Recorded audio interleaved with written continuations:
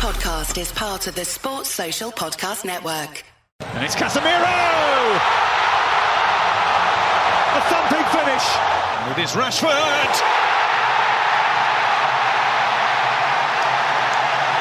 And it is absolutely magnificent. What a strike from Marcus Rashford. Rashford. Absolutely brilliant. A rejuvenated Marcus Rashford is running riot for England. The World Cup. A very warm welcome to the Manchester United Weekly Podcast as we reflect on the majority of the group stages of the 2022 World Cup. Some impressive performances from Manchester United players and potential Manchester United targets. So there's some enjoyed casual conversations to be had between me, Harry Robinson, and my co-host Jack Tait, as always. But there's also some United chat to be had. And Jack, we'll start with England, I think, and with Marcus Rashford. Happy or proud? What was the main feeling watching his start to this World Cup?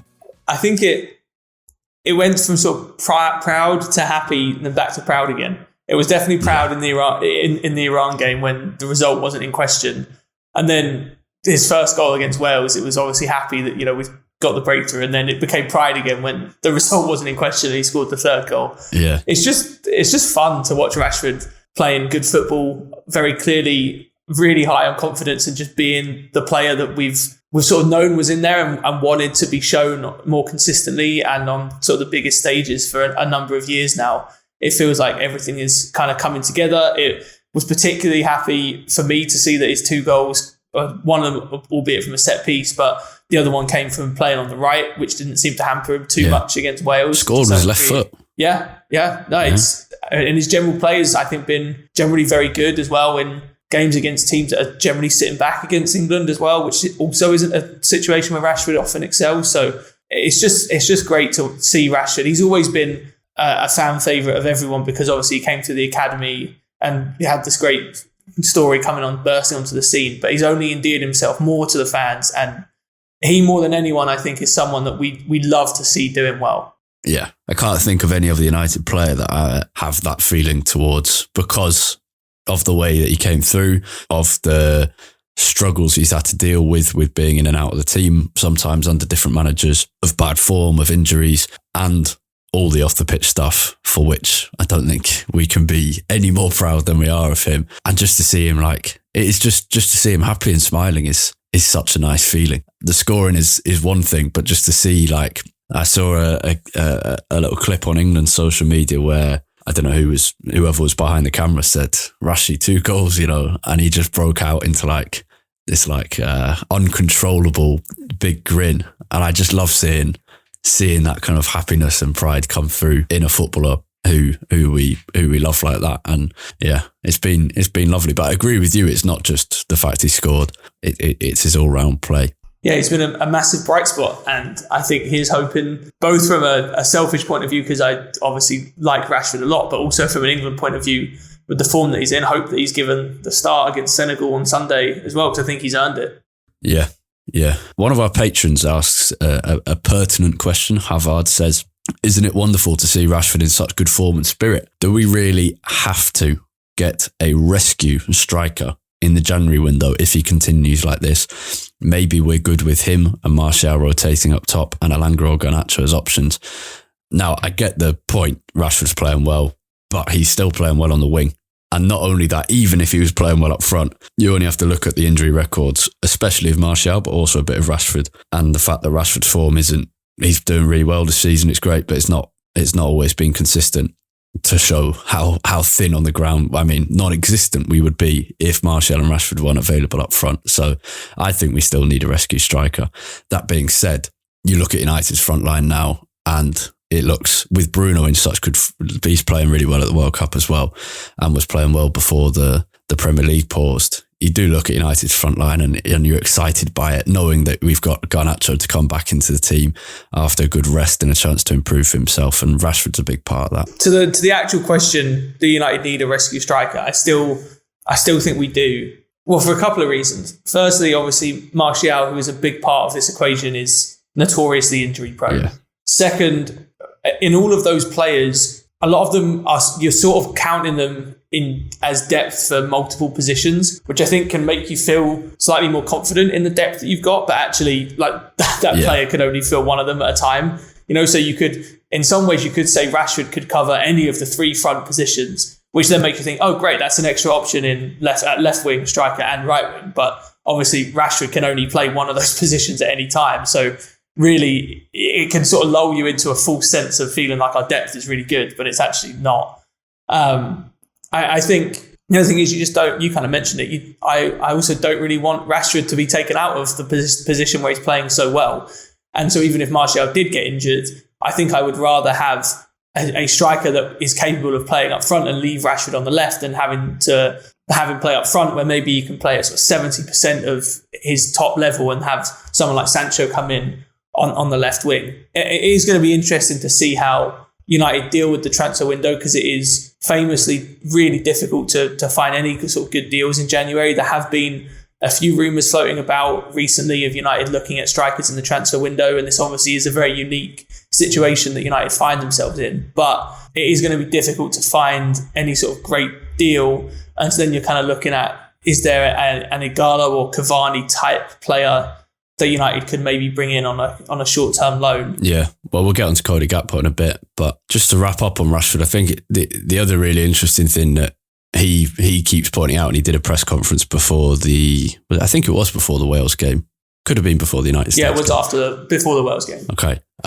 In which he was again asked, like, why are you now playing better again? And he basically just again said, I'm injury free. And it's amazing to think that how much of a difference that makes. And I think it's partly also a better team at United now, but we also didn't see this kind of form for England a year or two ago. And it's because we know that footballers are normally playing with injuries, and then you see what can happen when they're playing completely injury free. And he's now been completely injury free for about a month or two. And it's crazy. The confidence and the directness, and scoring a set piece as well, which he hasn't done, a free kick, which he hasn't done for a while. Although the keeper probably could have done better. But yeah, Maguire and Shaw. Maguire's doing well, isn't he? Yeah, he's been brilliant. Been very good. I think United all round United players have had a very great good World group Cup stage for us. Yeah. So many players performing really well, and Maguire. I mean, Shaw's been good as well, but it's I guess been a little bit more expected. Maguire was the one where there's a few more question marks about what his performance level could be in this World Cup, and he's been excellent. I mean, deservedly man of the match against the USA. He was good when needed against Iran, and I think in both the Iran and Wales games, you've seen some of his ability passing forward as well. A couple of comical sort of marauding runs forward, which I enjoyed a lot. And one beautiful spin and run in the box as well. And then the throw in, the shot that goes out for a throw in to finish off one of those runs just kind of topped it off perfectly. I mean, I've got to say I'm really happy for Maguire. We've obviously criticised his performances, which I think everyone has, and rightly so for United, but I have always felt that he is slightly unfairly criticised, and a lot of the sort of criticism and dislike of Maguire is a lot more about his style than actually the substance of his play. And so I'm glad that he's kind of getting the headlines again. He's always played well for England. Yeah. It's a team and a system that suits him well. And I'm not that surprised that he's playing well in this World Cup, because he's maybe had a couple of bad games for England. There was one where he obviously got sent off at the start of 2020 season. I can't remember which one. Yeah. It was just after he'd come back from the Greece controversy. Then played in the 6-1, lost to Spurs, and then went and got sent off for England and gave away. It was a shocking month for him. And there was one bad game for England. Was it the Hungary game where he was bad earlier this season? Yeah, I think so. Or was it Germany? Something like that. Yeah, but in general, he's always done really well for England, and he's doing really well. And I agree with you. I'm really happy for him as a person and a player. But does it for you? Because it doesn't for me. Does it change anything you think about his United future? And it doesn't for me, because I'm very happy he's doing well, and it will be useful for the second half of the season. Or if he continues to have a very good World Cup and suddenly there are some interested clubs, United would be wise to cash in when he's on good form and in the headlines, because I don't think what he's doing here, we know this is what he's good at, but it's not the centre back that Ten Hag wants long term.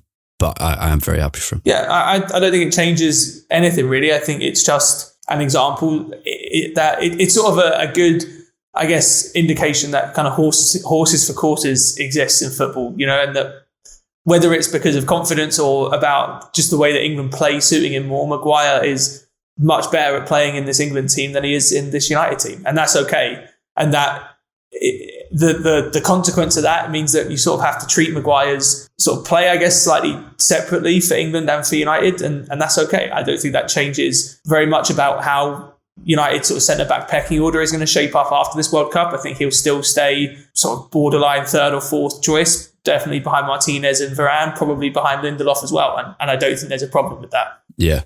Let's rattle through a few other great moments for United players. I'd actually forgotten this when I was quickly noting them down, but one of them, just Raphael Varane being able to play for France. I'm very, because when he came off and seeing, there were some people saying he was overreacting, but he clearly thought he was going to miss the World Cup at that point. This is potentially his final World Cup. How old is he now? Is he 29 or 30? I can't quite remember, but there's a chance, given the quality that France have in their national team and in their youth teams, this is probably his final World Cup. And he clearly thought he was going to miss it when he got injured at Chelsea. For him to start the second game is, for him, very, very pleased for him as well. Yeah, it was great to see him back in the last game for France. Massive player for United. I've got to say, I'm a little bit scared every time I see him on the France team sheet that he's going to re-aggravate that injury, but it's been okay so far. He didn't have the best game today against Tunisia, in fairness, in a very depleted and much changed France backline. But it'll be interesting to see if he starts in the knockout stages, because Konate came in and played very well. Yeah. So, but regardless, from a United point of view, it's really good to see him just back on the pitch, seemingly fit again. Yeah, and look, we're only some teams 3 games in, some 2 in. We're recording this just after I think I meant to say this at the start, actually, we're recording this just after the Argentina game against Poland and Mexico against Saudi Arabia, which, I mean, the World Cup just gives you these mad situations where I was sitting there praying for Poland to get 2 yellow cards so that the World Cup group C, or whichever group it was, I think it's C, could be decided on a coin toss. That would have just been one of the great World Cup moments. Yeah, I was just rooting for the most chaos and controversy you could possibly get. That's all I wanted from that. On a real note, I was disappointed Mexico didn't either find the third goal or Argentina didn't score a third goal, because Poland have offered nothing in these group stages, and they've sat back at 2-0 down against Argentina, and they were basically wasting time. Yeah. And that's just so against, I mean, I'm not going to say it's against the spirit of the game. I'm not using that cliche, but because ultimately the spirit of the game is winning.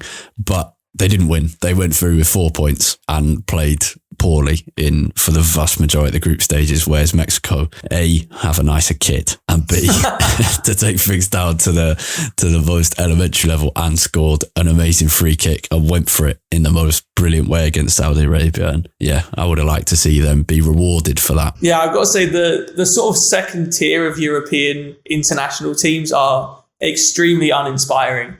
I've often felt this about Switzerland too, who seem to pop up in every single tournament, get through to like the last 16 or quarterfinal. Good players as well. It's always the same, very sort of just not particularly interested, not very memorable, but somewhat effective football. It's just, and Poland have kind of lived up to that this year. I'd much rather have seen someone like Mexico, or just in general any sort of other teams from any other continent other than Europe kind of getting through this, because A, they're teams that we don't watch quite as often, and B, I think they tend to go for it a bit more than some of these sort of second tier UEFA teams. Yeah.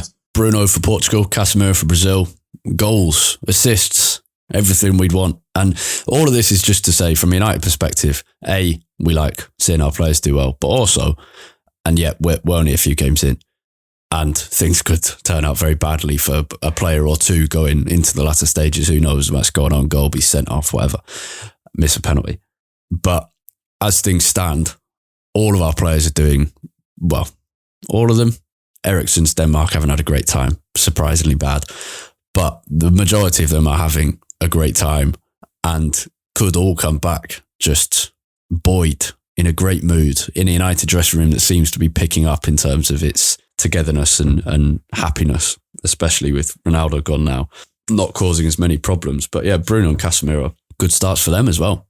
Casemiro, you talked about with Rashford, sort of the feeling that we get when we watch Rashford and he scores. The feeling that I get when I watch Casemiro is it feels surreal, honestly, that a player that is just quite clearly so good plays for United. Honestly, that's how I feel. How the mighty have fallen, eh? Yeah, it just, in both of Brazil's games so far, he's been just head and shoulders above anyone else on the pitch, really. I think he definitely won man of the match in the first game. Did he win it in the second game for Brazil too? I can't remember.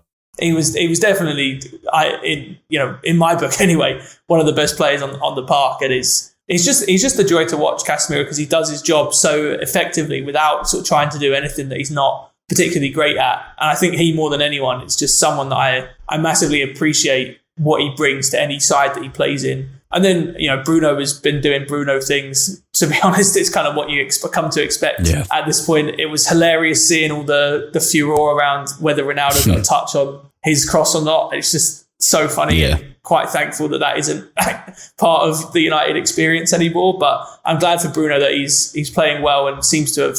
He hasn't always found sort of the right fit in that Portugal team, and he seems to have done so now, which is really good to see. Yeah, and I think that's part of it. I wasn't expecting a huge amount from Portugal going into the tournament because of the fact they've often failed to find that fluency between what is undoubtedly a set of really, really talented players. But just the fact that Bruno seems to be fitting in better suddenly makes me think, because they're going to be on England's side of the draw pretty sure. You suddenly think, oh wow, they'd be a real test if England are going to beat Senegal, which I think will be really difficult. There's been some great moments at the World Cup so far, hasn't he? The Saudi game against Argentina was amazing. The Japan defeated Germany was amazing. Today the Australia celebrations at like 3-4 a.m. Back home in Australia that was great to see. And it feels like there's quite a few of these, and maybe you'll know more about this given that you're US, these big moments where the developing football nations, and I think it's still fair to call Australia and the US developing, are having their moments where it maybe it'll erupt. Yeah, it's always a nice part of the World Cup, because you do get countries where either they just don't have sort of the biggest pedigree in football, both domestically and internationally. And also you get countries where football just isn't the main sport, sort of getting its moment in the spotlight. And it's always fun to kind of see that happen and see the reaction to it. I mean, yeah, you're right. The videos that we've been seeing in the last few hours in Australia, the celebrations there were great. I mean, some of the footage that we've seen from like Melbourne, for example, it looked like a Champions League game in like Turkey or something. Honestly, with all the flares going off, everyone's jumping in the streets. 3-4 in the morning. I loved it. Yeah. I mean, just to be honest, just the fact that many people were out there watching at 3 a.m, regardless of the celebration, is impressive enough. So, it's been great. I mean, it really has, in the US, been a big deal. Unfortunately, given how bad the game was, I think that the game on Friday between the US and England, given it was Black Friday as well, was like the most watched football game in history. Wow. In the US, women's football has always been arguably more popular in the US than the men's football, because the US women's team has been so good for so long. But I think there's this current US American team is extremely young, and I think that has got a lot of people excited about sort of what might be to come. But it's just always fun, isn't it? Seeing different sort of footballing cultures come together, like seeing the Argentina fans in the stadium today were absolutely brilliant. Even like all the Wales fans, honestly, were great throughout. The Welsh travelling support's incredible. But the Argentina, they just made that like a home game.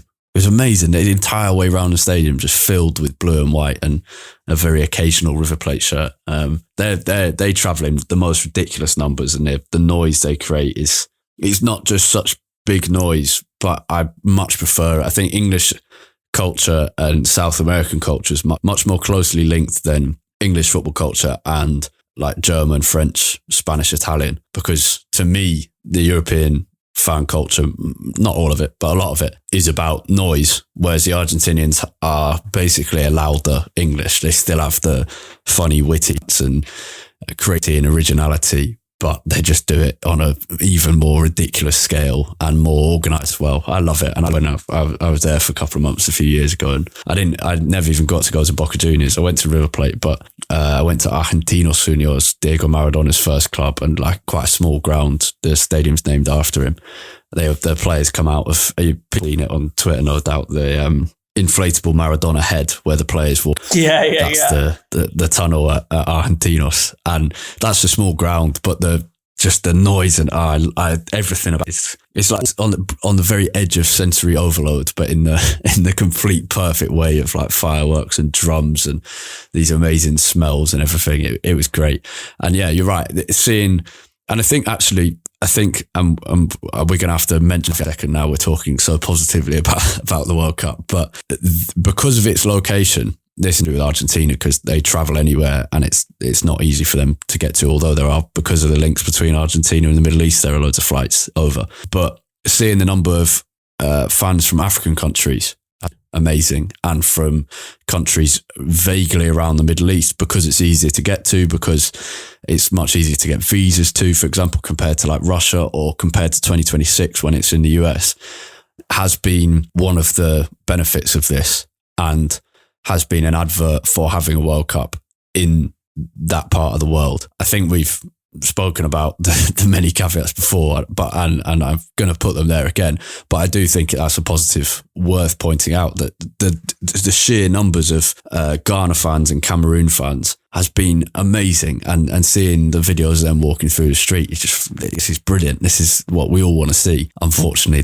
there are the many caveats. The basic idea of having World Cups in, I guess I'm going to call it sort of non-traditional, sort of really powerful football countries is a great idea. You saw that with South Africa too in 2010, and going back to Korea and Japan in 2002. But I know in 2010 the vuvuzelas weren't that popular with people watching, but it's an example of how, despite the fact that not everyone in the stadium is from whatever country is hosting it, you do get this huge influx of just new footballing culture, new footballing sort of viewing experience that comes to the fore, whether it's that country's, whether it's being hosted kind of football culture, or whether it's just because you get fans from different countries that normally are able to go to World Cups attending.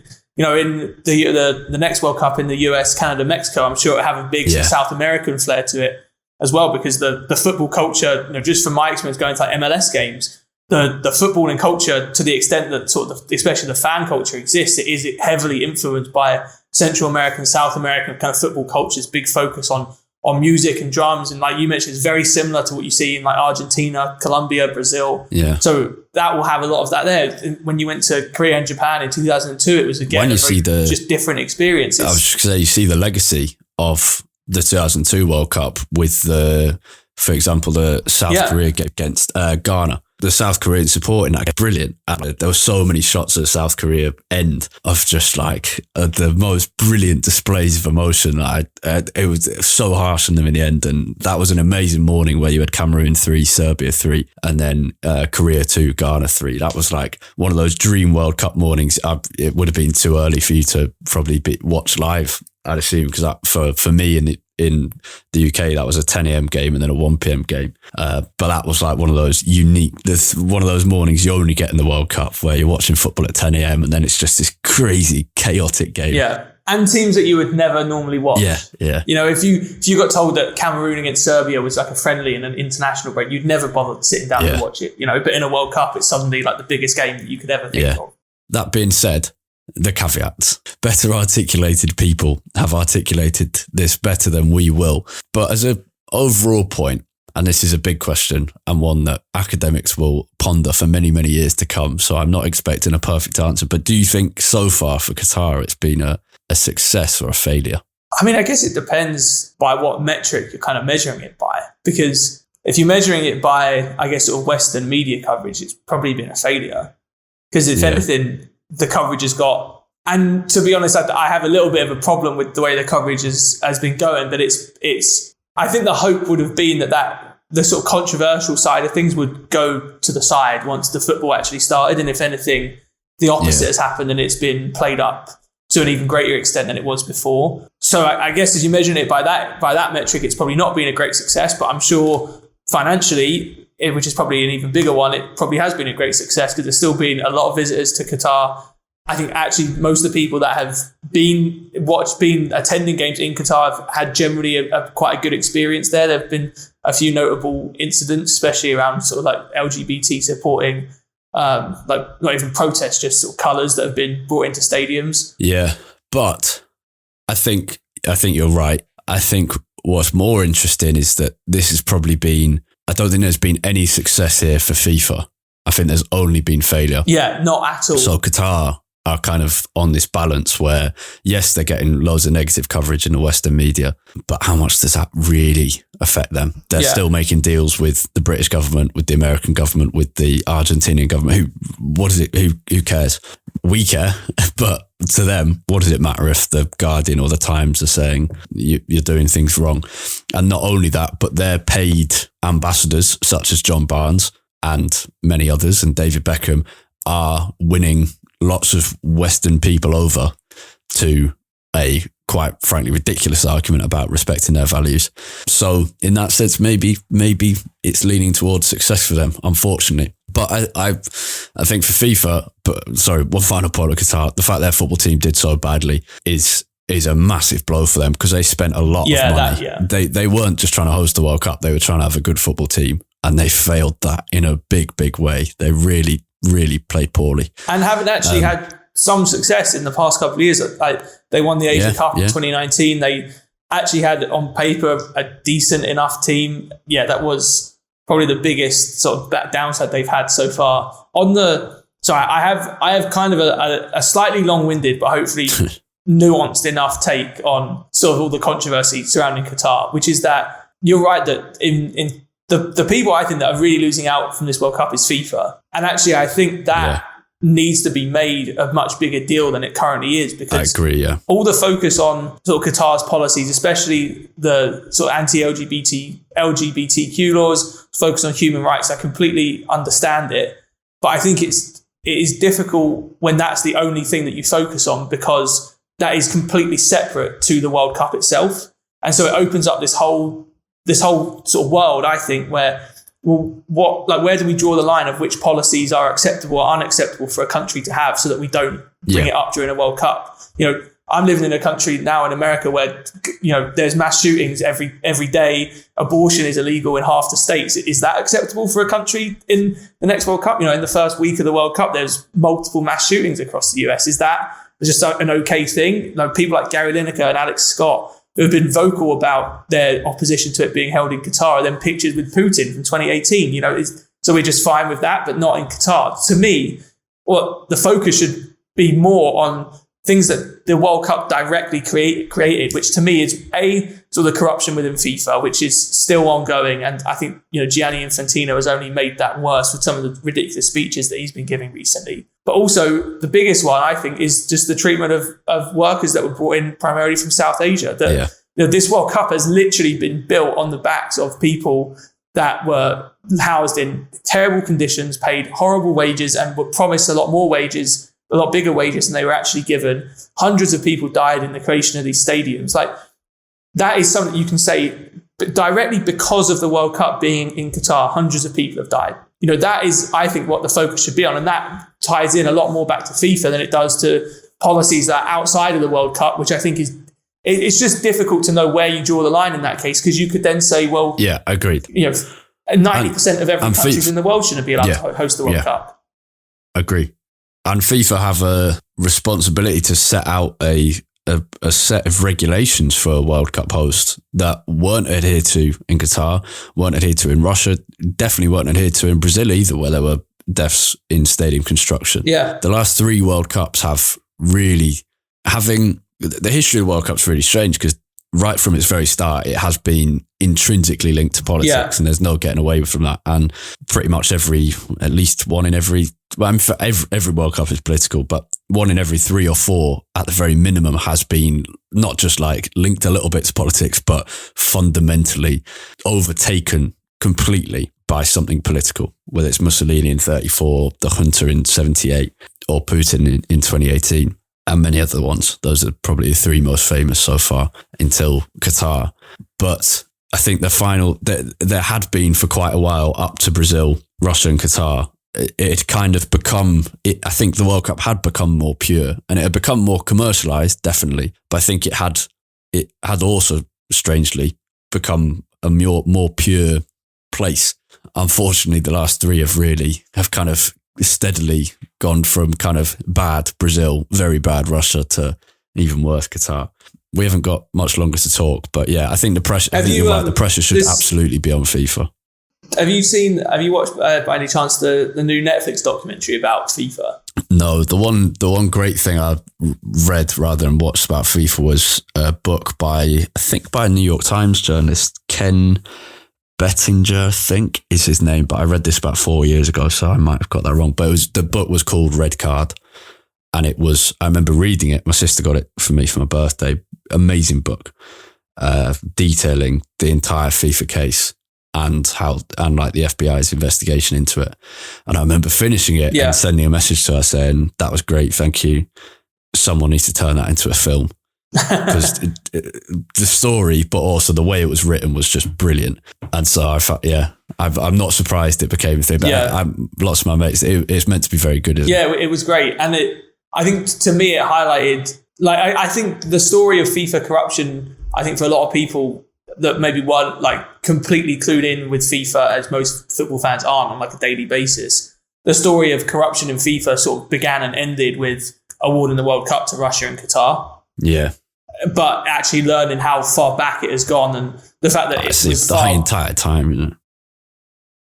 Yeah, exactly. And like even the awarding of the World Cup in South Africa was riddled with corruption as well. And that just the whole setup of FIFA being this hugely commercial enterprise that rakes in so much money, but at the same time doesn't really have a hard product that it sells. Everything it sells is it's a bit wishy-washy, and it's very easy, therefore, to create these sort of dodgy deals where you're selling something that's very vague, because everything that FIFA sells is quite vague. And so it's just fascinating how sort of the whole setup of FIFA as an organisation is very open to be taken advantage of. And FIFA is where change really can be made as well, because we can all talk about Qatar and Qatar's laws. As you've said, you're on dodgy ground there anyway when it comes to specifically the World Cup. But our governments are still dealing with them, and our businesses, like the businesses in the United Kingdom and the United States, are still dealing with them. So how much change is that really going to make? But FIFA is where us as football fans can genuinely urge and encourage change. And I'm a bit disappointed so far in the English Football Association, at least, how they've responded to what FIFA have done. Not just in the original awarding of it, but in the denying of them of wearing the rainbow armband, etc. Taking love, the word love, off of the Denmark shirts is just absolute insanity. And I'm a bit disappointed in yet to see a really strong response from any association, actually. But I'm also wary in saying that because things could be going on behind the scenes which could suddenly erupt in a month or two. And that's going to be very interesting and potentially very exciting to watch. We need to wrap up, and we've got another question. Well, it's more of a remark. It's on transfers and on Cody Gakpo, who scored 3 goals in 3 games for the Netherlands. We're going to go back to on the pitch, on the football stuff. He looks good, doesn't he? I'm not 100% convinced yet, but he has clearly got something about him. And one of our patrons, Steve K, makes this remark, which I'm not sure I agree with, but I'll give it anyway. He says, Louis van Gaal hates United so much, he's sending Gakpo out to score in every game just to push his price up and cost us a few more million. That level of bitterness and spite is almost admirable. I don't think that's happening. And actually, I'm loving seeing Louis van Gaal again. I'd love to see him if England can't go all the way, and we'll see, because it's been good but not amazing so far. But I would love to see Louis van Gaal, regardless of my own support of England. I'd love to see him bow out of football with an incredible World Cup win with the Netherlands. But Gakpo, what do you think from the first 3 games? I mean, he looks good. You got to say that first of all. I think my slight concern before this World Cup, albeit having watched very little of him, was a couple of things. One was just the level of quality and whether that is enough to kind of make him worth as much as United are probably going to have to pay for him. And then B, whether he can play properly up front or if he more plays off the left, where we obviously have a lot of options already. And I think he's starting to address both of those fears through how well he's played at this World Cup so far. Yeah. The only other thing to mention before we wrap up, and we've probably gone on a little bit longer than we anticipated, but the officiating and specifically added time, which I have really enjoyed. I think we were trying to be a bit careful about not using it as an excuse too much last season or this season, but so many times I spoke about it. I can't remember which game, maybe Aston Villa, possibly, where I've been at Old Trafford and genuinely just been driven to boredom by how bad the time wasting has been by an opposition side there. And the worst I think I can remember is Aston Villa last season at Old Trafford. Emi Martinez, a particular foul, a sinner in that regard. Everton also did it terribly. West Ham have also done it terribly. And I just think it ruins football as a spectacle. And I think the steps, we've criticised FIFA a lot, the steps FIFA have taken here, Pierluigi Collina, as the head of referees, recommending them to properly add time on for any time the ball is out of play, is brilliant and has made for much more entertaining games, and in the end has actually made for some incredible periods of added time as well. This episode is brought to you by Peloton. Many of us are already planning our New Year's resolutions, but let's face it, they rarely stick. Well, Peloton's got a gift for you. Get up to $200 off accessories like non-slip grip dumbbells, cycling shoes, heart rate monitors, and more with the purchase of a Peloton bike, Bike Plus, or Tread. Don't wait. Get this offer before it ends on December 25th. Visit onepeloton.com. All access membership separate. Offer ends December 25th. Cannot be combined with other offers. See additional terms at onepeloton.com. This episode is brought to you by Carvana. A date night, falling down an internet rabbit hole, that hobby you can't tell the neighbors about. Your time's valuable, and Carvana knows it. With Carvana, you can get an offer, sell your car, and get it gone 100% online. You shouldn't have to choose between time and money, so don't. Availability may vary by market. To get started, visit Carvana.com or download the app. Yeah, it's been a shock, definitely. The first couple of games in particular, like, you often kind of hear these like refereeing directives and then you're still kind of stunned by them when they happen. So seeing like the first England game was especially an aberration because there was actually in both halves some genuine reasons why that much added time would be needed. So I think England's first game went on for something like 115, 120 minutes in total, which was just an interesting watch. I'm sort of fully on board with the idea of actually making added time take into account all of the stoppages that have happened. Because as you were just mentioning, it definitely doesn't currently. My only slight concern is a couple of things. One is that I feel like there are probably better solutions than just adding on 10, 15 minutes in added time occasionally. Somehow the optics of a 90-minute game actually going on for like 105, 110 minutes doesn't sit right with me. Even though it is, I think, an improvement on the ball only being in play for like 20 minutes of a half and then adding on 3 minutes at the end and calling it a day. The other thing that I think is just slightly weird, and I think this is something players will get better at dealing with if this is something that happens in sort of domestic leagues as well, is that teams are still kind of approaching the end of the game the same. So like, you know, a team, if you're protecting a 1-goal lead, you play differently in the 75th minute than you do in the 85th minute, let's say, right? Because you get more defensive generally, you're more willing to just kind of park the bus and hang on. But now at 85 minutes, rather than there being 5 minutes and then maybe 3 or 4 minutes of added time, you might have like 15 minutes of the game left because you've got 5 minutes and then maybe 10 minutes of added time. So players, I think, just need to understand that 85 minutes doesn't necessarily mean what 85 minutes used to mean. Is that not better? No, I think that's a good thing. It's strange at the moment. So like in the South Korea Ghana game, for example, like at the end of that game, it was literally like 20 minutes straight of South Korea just like barrage against at Ghana's defense. So it's just on the players to learn and deal with it because it's still sort of solving the problem of a team being able to time waste so much and get away with basically the ball only being in play for like 15 or 20 minutes of the half. I think it's interesting you say that because I thought about the first half that it's made teams less likely to just let the first half fizzle out at 40 minutes. Yeah, that's a good point. And even going on into added time. I haven't noticed the same kind of level of, it's almost half time, let's just sack it off. And I've enjoyed that. I think it's brilliant.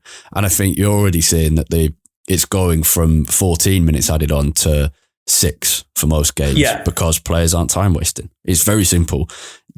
You punish people for doing something wrong in football, they learn within a week or two. It's not difficult. And I've consistently said this about time wasting in the Premier League. It would be fixed within 2 weeks, 3 or 4 match days. And I think the same applies to, for example, and this is something FIFA have tried to do at World Cups, pulling at corners for what we call professional fouls, when people just take someone out on the counter-attack. Start giving red cards for them, they'll be gone in 2 weeks.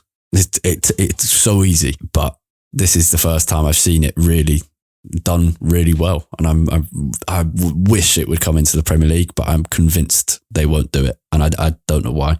They never seem interested in stopping time wasting in the Premier League. Yeah, it is an interesting one, because you'd think that the product, like what incentivizes people like the Premier League is money ultimately, and you would think that there is more money to be earned by the games being on for longer, and you improve that product and keep people more engaged. But I mean, maybe it doesn't. Maybe the difference between the ball being in play for 25 minutes versus 30 minutes of a half doesn't make that much difference for sort of viewer engagement. Maybe they make money off adverts more than they do off the game. I don't know, but it does feel like something that would, like you said, it's very easy to fix. Football players, more so than most, respond very clearly to the incentives that are put in front of them.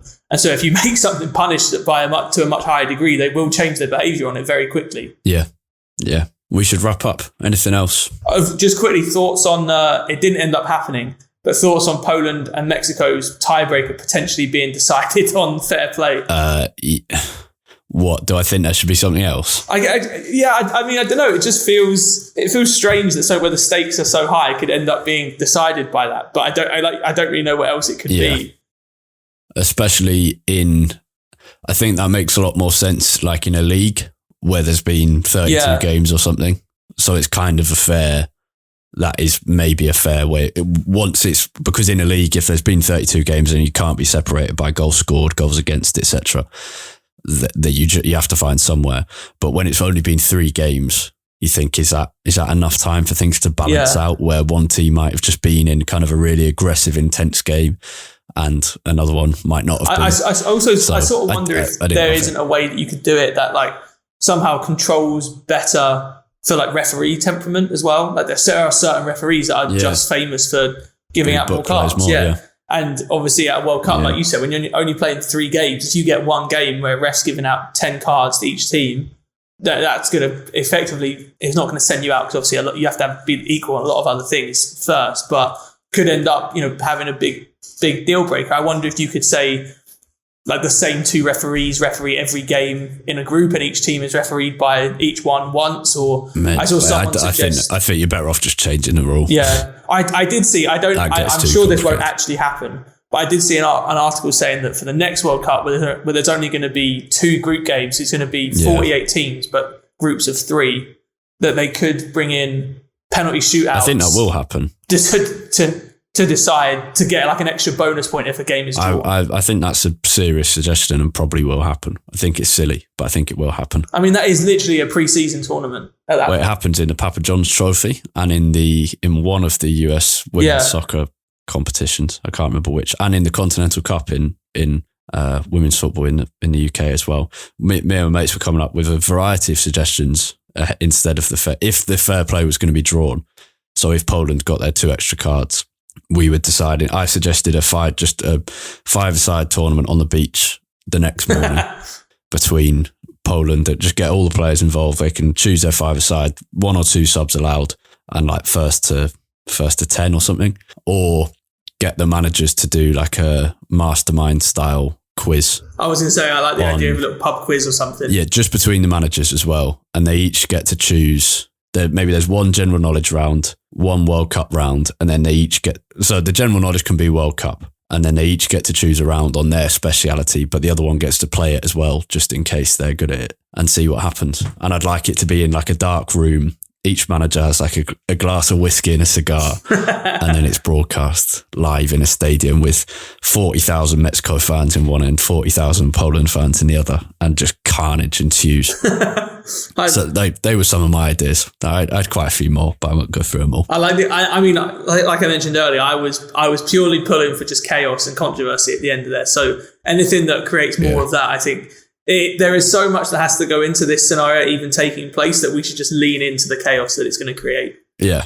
There should be a rule properly ridiculous for that scenario. But I guess it's a lot more likely in a three. Well, yeah. Which I'm guessing is why they want to put the penalties on top of every group game. Yeah. It's just, adding more penalty shootouts is not what the craziest part about that suggestion, the craziest part about that idea that I saw was that they are considering doing the penalties before the game. So could you, I mean, really? So, I mean, again, this was just from one article, but it was from a credible source that... But then someone could play for a draw. Well, yeah, exactly. More likely to. Have you seen how many 0-0s there's been in this World Cup? Imagine how many there'll be at the next one. If every time you play a game, one team knows that they can't draw the game. And one team knows that if they just sit back and get a draw, they'll be fine. Yeah. Yeah. Well, that's FIFA. Let's wrap up. Thank you very much for listening, everyone. For more from Jack during the next week or so of the World Cup, you can find him on Twitter at UTD Tait, Tait. You can find me at Harry Robinson 64 and the podcast itself at UTD Weekly Pod. That's POD at the end there. United Women host Aston Villa this weekend on Saturday, 12:30 at Old Trafford. 30,000 plus crowd expected. I'm sure that will increase significantly before the day itself, but there are tickets available for, I think, £6 for adults, £3 for kids. If anyone wants to go to that, it should be pretty fun. We previewed that in our last episode, episode 26, with an interview with United centre-back Millie Turner. So if you haven't listened to that yet and you're interested, check that out. And the academy teams have been in action. We'll tell you a bit more about that next time. Most important news on that front is that the under-18s are playing away to Crystal Palace in the third round of the FA Youth Cup, and the under-21s are playing away at Bolton Wanderers first team in the Papa John's Trophy. Both of those games will be in about 2 weeks' time, 2 to 3 weeks' time. So those are two to keep an eye on. They'll be really interesting and could be great, could be a good learning opportunity. We'll see how that goes. But thanks for listening. Have a great week. Goodbye.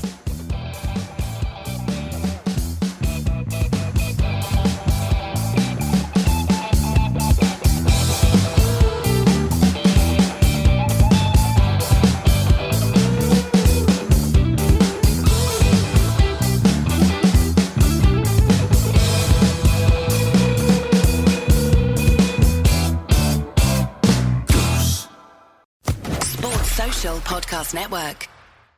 Whether you need the perfect gift for the adults in your life or you're shopping for yourself, Virginia Lottery has you covered. The holiday scratchers are beautiful and a lot of fun. Not to mention Virginia's New Year's Millionaire Raffle is back. And as a gift for yourself, VirginiaLottery.com has tons of games perfect for when you're stuck in holiday traffic or in line at the store. For game odds and information, visit VALottery.com.